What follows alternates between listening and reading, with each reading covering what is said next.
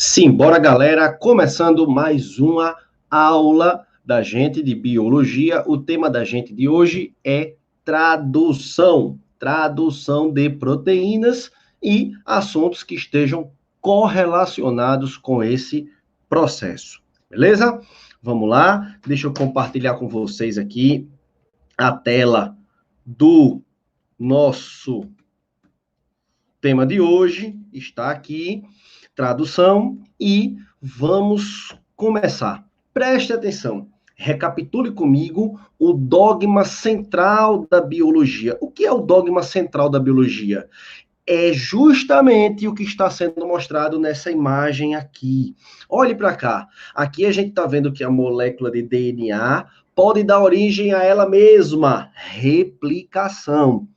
O DNA, além de tirar cópia de si, ele pode também formar RNA, transcrição. Essa transcrição pode acontecer no sentido tradicional, DNA formando RNA, mas também de maneira reversa. Lembre-se do vírus HIV, por exemplo, é um retrovírus que tem a capacidade de fazer DNA a partir de RNA. RNA, para quem carrega material genético na forma desta molécula, ele pode se replicar. E hoje nós falaremos exatamente disso aqui. Esse é o grande ponto da gente de hoje, a tradução, que nada mais é do que o RNA dando origem às nossas proteínas e às proteínas de quem quer que seja. Beleza? Então, o foco da gente hoje é no processo de tradução ou síntese proteica, ok? Preste atenção. Como estava escrito no slide, na imagem anterior, e aqui agora eu vou desenhar para vocês. Eu vou mostrar para vocês uma molécula de DNA. Essa molécula de DNA é composta por nucleotídeos. Essas cadeias são unidas através de pontes de hidrogênio, beleza? E essa fita dupla do DNA, ela pode dar origem, ela dará origem a uma molécula de fita simples, que é o RNA, beleza? DNA dando origem a RNA. Este processo aqui é o famoso processo de transcrição, ok? E esse processo aqui acontece no núcleo da célula. Claro, o DNA está no núcleo, exceto nos procariontes. Por quê? Porque nos procariontes não existe núcleo. Nos procariontes, o que é que você vai ver? Tanto o processo de transcrição quanto o processo de tradução ocorrem simultaneamente. É muito comum essa pergunta em provas, beleza? Então, o RNA, este RNA aqui, ele já está pronto para ser sintetizado? Não. Este RNA é chamado de RNA imaturo, é uma molécula ainda imatura. Por quê? Porque existem trechos aqui, existem trechos que não vão codificar as proteínas, que não serão lidos. Como é o nome desse trecho aqui, que não será lido, ele é chamado de intron. Intron. Vou botar no plural, porque são vários introns. Esses introns, que são intrometidos, eles são removidos. Essa remoção faz com que a molécula de RNA fique um pouco menor. Essa molécula, um pouco menor, ela é composta somente pelos exons, introns e exons, beleza? Os exons é quem são importantes, é a galera que fica, exon fica, beleza? É isso que importa. Aí, este RNA aqui já é um RNA maduro, M de maduro, M também de mensageiro, é o RNA mensageiro maduro. Este RNA sofrerá a tradução, e esta tradução é quem vai formar as proteínas. Eu vou botar bolinhas, bolinhas, bolinhas, bolinhas, bolinhas aqui. Por quê? Porque essas bolinhas estão representando os aminoácidos unidos por ligações peptídicas. Aqui eu tenho uma proteína. Só um detalhe, volta para cá. Só um detalhe, preste atenção.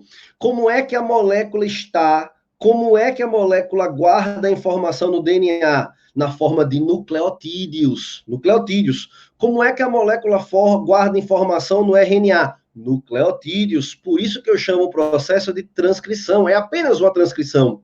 Como é que a molécula expressa a informação nas proteínas? Na forma de aminoácidos. Eu transformo a informação nucleotídica em uma outra língua, a língua dos aminoácidos. Por isso que eu chamo de tradução das proteínas. Beleza?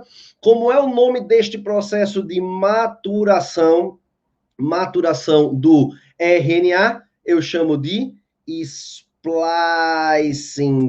Splicing nada mais é, agora uma imagem bonitona, eu prefiro a minha, nada mais é do que a remoção dos introns. Olha os introns aqui, ó, indo embora. Olha os introns aqui, ó, indo embora.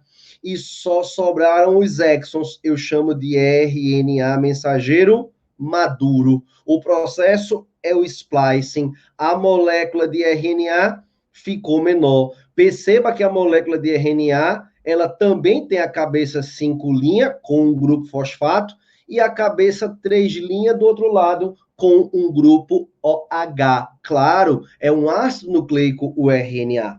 Vamos seguir. Falar da tradução. Falar em tradução, você precisa entender, saber que existem 3 tipos de RNA. O RNA mensageiro, ribossomal e transportador. 95% das questões fala das figuras, dos textos, fala que o DNA dá origem ao RNA mensageiro. Não é mentira, mas o DNA também dá origem ao RNA ribossomal, e o DNA, claro, o RNA sempre vem de DNA, e o DNA também dá origem aos RNAs transportadores. São todos tipos diferentes de RNAs. E o que é que eles fazem? Cada um tem um papel. Perceba que todos eles, no fundo, são fitas. O RNA ribossomal, ele é uma fita enovelada associada a proteínas. São 2 subunidadezinhas que fazem isso. E o RNA transportador também, ó. Se você reparar, ele nada mais é do que uma fita. Uma fita enroladinha. Parte dos livros diz que eles têm cara de trevo, que ela tem cara de trevinho, beleza? E ele é chamado de transferidor ou transportador, porque é esse daqui que vai carregar os aminoácidos. Eu vou mostrar para vocês como tudo isso acontece, preste atenção. Olhe para cá. Aqui está a fita do RNA mensageiro, beleza? Fita do RNA mensageiro. Essa fita do RNA mensageiro, eu vou aumentar para ficar mais fácil, tirar meu rosto daqui, porque você não está afim de me ver, está afim de ver a figura. Esse RNA mensageiro, lembre-se, é um polímero de nucleotídeos. Aqui eu tenho os nucleotídeos, ó, nucleotídeos. Você que é observador já deve ter percebido que eu estou distribuindo-os de 3 em 3. Beleza? Por quê? Preste atenção. Cada trinca dessa, todas são assim. Vou escrever em uma só. Cada trinca dessa você chama de códon. Códon são os famosos códons do RNA. Códons do RNA mensageiro. Beleza?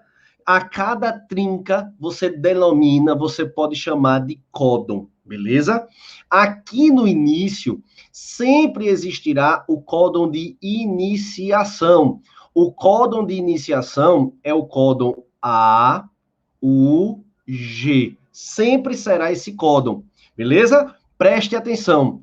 O ribossomo é uma organela citoplasmática, lembre disso. O citoplasma é nele que acontece a tradução, beleza?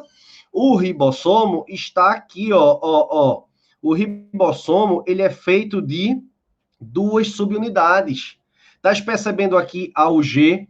Essa estrutura UG eu chamo de códon. Sabe o que é que o ribossomo faz quando ele acopla no RNA mensageiro? E, acopla E, lê o AUG, ele faz assim, ó, uma chamada, ele faz um, menino, ele faz um chamado. Que chamado é esse? Aqui no citoplasma, lembre-se que isso aqui é citoplasma, a gente tem um monte de RNA transportador.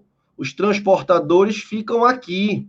Esses transportadores, eles ficam aqui e cada um carrega o seu aminoácidozinho específico. Cada um carrega um aminoácidozinho específico. Olha os aminoácidos aqui, olha os aminoácidos aqui, olha os aminoácidos aqui.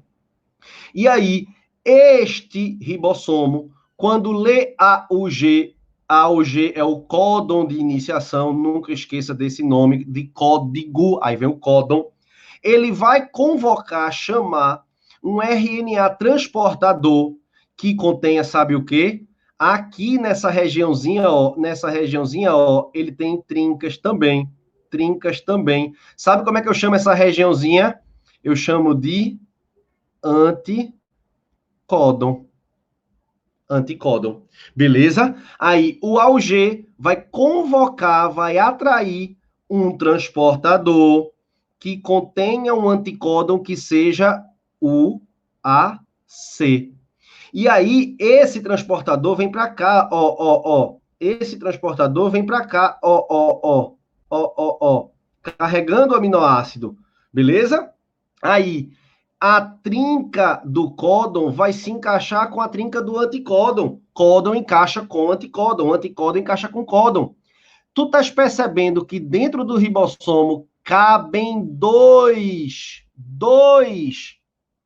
códons, é porque aqui pode chutar qualquer um. O C, por exemplo. O C. Aqui, essa outra trinca vai convocar outro transportador. No caso, um transportador que tenha, por exemplo, G no seu anticódon. Aí ele vai estar aqui, G, porque A aparelha com U com A, C com G, G com C, carregando outro aminoácido. Aí esses aminoácidos, quando chegam no ribossomo, esses aminoácidos sofrem uma ligação peptídica. Ligação peptídica. É a ligação que forma proteína. Acabou o processo de tradução. Quer ver? Agora, qual é o próximo passo? Preste atenção. Esse ribossomo vai caminhar. Esse ribossomo vai ler a molécula de RNA mensageiro. Tu entende que esse processo aqui, ele é dinâmico? Como assim dinâmico, Arthur? Preste atenção. Esse RNA transportador, tchau, foi embora, galera. Se esse RNA transportador for embora, o ribossomo, tchau, calma que não é bem tchau não. Tchau, beleza? Para onde foi o ribossomo? O ribossomo veio para cá, ó. Preste atenção. O ribossomo vai vir para cá. Ei. Olha o ribossomo aqui, ó. O ribossomo caminhou. Agora, imagine que aqui tenha A. Ele vai convocar um transportador que tenha U. Aí esse transportador vai encaixar aqui. Esse transportador carrega outro aminoácido. E aqui eu vou ter outra ligação peptídica. E quando isso acontecer, olha o que vai acontecer. Esse transportador vai embora. Transportador foi-se embora. Foi-se embora. Tá fácil, né? Já criasse a lógica aí no teu juízo, não foi? Ficou tranquilo, né? Claro que sim. Claro que ficou tranquilo. Olha o que vai acontecer. Esse ribossomo vai andar. E quando esse ribossomo andar, ele não vai mais estar por aqui. Tchau. O ribossomo vai estar aonde? Por onde? Onde é que você vai encontrar o ribossomo agora? Você vai encontrar o ribossomo aqui. E assim segue ou seguirá o ribossomo atraindo transportadores que carregam aminoácidos, que se ligam aos anteriores. Fato é que Lá no final do processo, deixa eu apagar agora isso. Vou apagar quase tudo que a gente tem por aqui. Isso aqui, isso aqui. A imagem vai ficar bem menos poluída. Fato é que lá no final do processo, lá na ponta, o que é que a gente vai encontrar? A gente vai encontrar no final da molécula, o ribossomo. E esse ribossomo que vai estar lá no fim da molécula, o que é que vai acontecer com ele? O que é que vai acontecer com esse ribossomo? Ele vai estar agarrado, segurando, sustentando uma baita de uma molécula cheia de aminoácidos.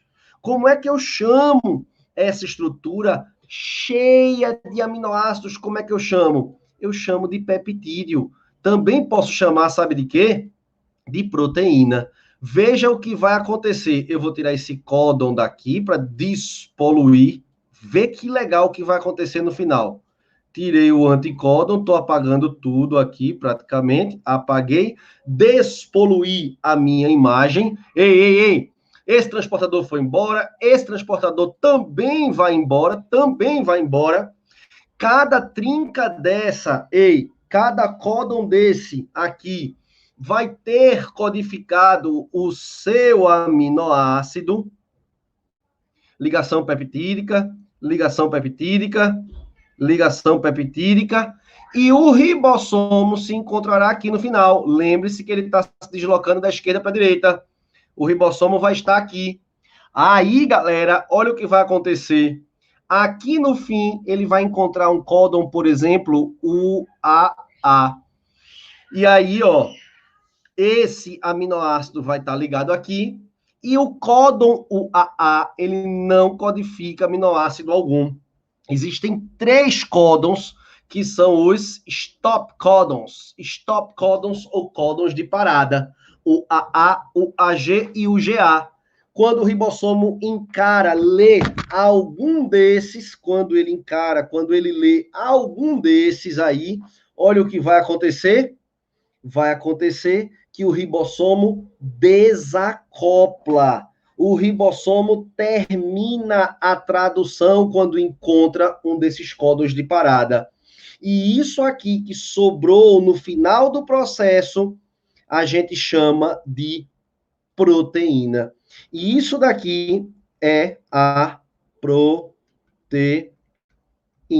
Simples assim. RNA codificou a proteína com a ajuda dos 3 RNAs, mensageiro, transportador e ribossomal. A aula da gente é isso, gente.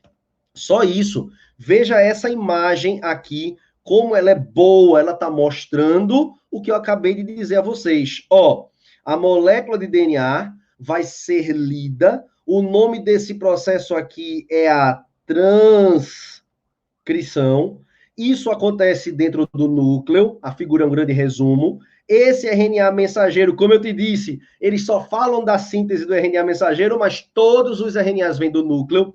Ele é levado até o citoplasma. Chegando no citoplasma, olha o que vai acontecer.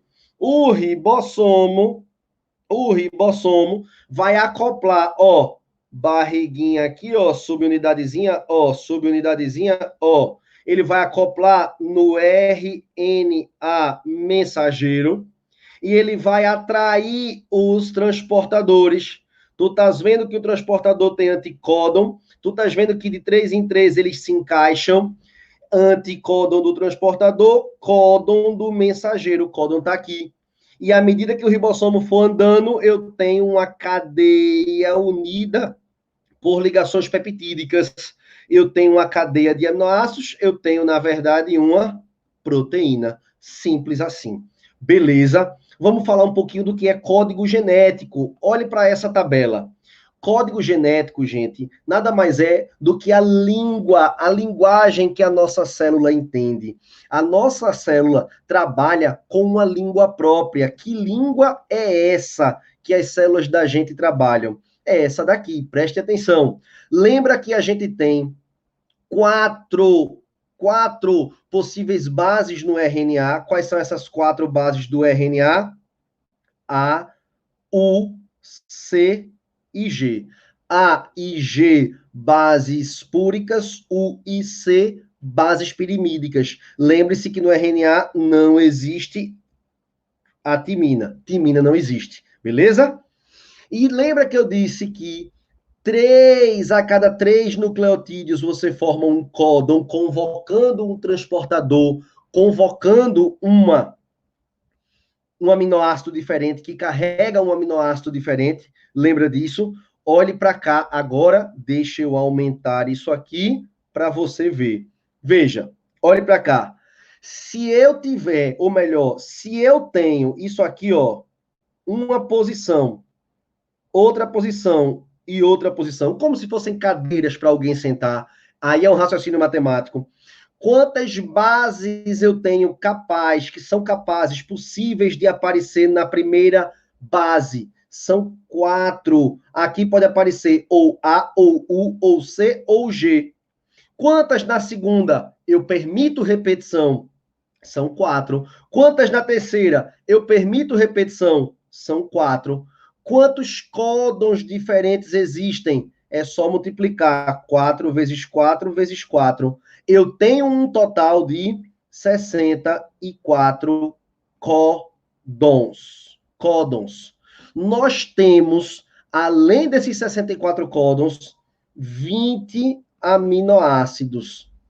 Aí nasce um primeiro conceito importante. Ouça, eu tenho 64 códons, isso que eu circulei é um códon, isso que eu estou circulando é outro códon, isso que eu estou circulando é outro códon.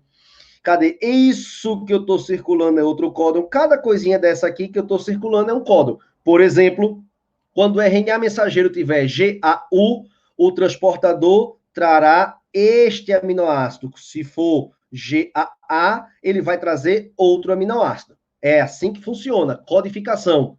Olha o que eu disse a vocês, ó. AUG é o códon de iniciação, ele sempre trará a metionina. Olha o que eu disse a vocês, ó. Stop códon, tem um aqui. Cadê os outros? Stop códon, tem um aqui. Stop códon, tem um aqui. Nós temos 1, 2, 3 códons de parada. O AA, o AG e o GA são os 3 códons de parada. Toda vez que o ribossomo lê um desses, ele para a tradução. Aí, se você contar, ó, 1, 2, 3, 4, 5, 6, 7, 8, 9, 10. A gente tem mais ou menos 20, tem livro que diz 21 aminoácidos que formam as nossas proteínas. A gente tem muito mais códon para pouco aminoácido que formam as nossas proteínas. É por isso que nasce um conceito importante que diz que o nosso código genético, ele é degenerado, sofreu degeneração. Ele tem um potencial grande demais, maior do que a capacidade dele hoje, atual, instalada. Ele teria capacidade de codificar 64, tirando os 3 de parada, 61 aminoácidos, e codifica, de fato, apenas 20. E isso é suficiente para fabricar todas as nossas proteínas.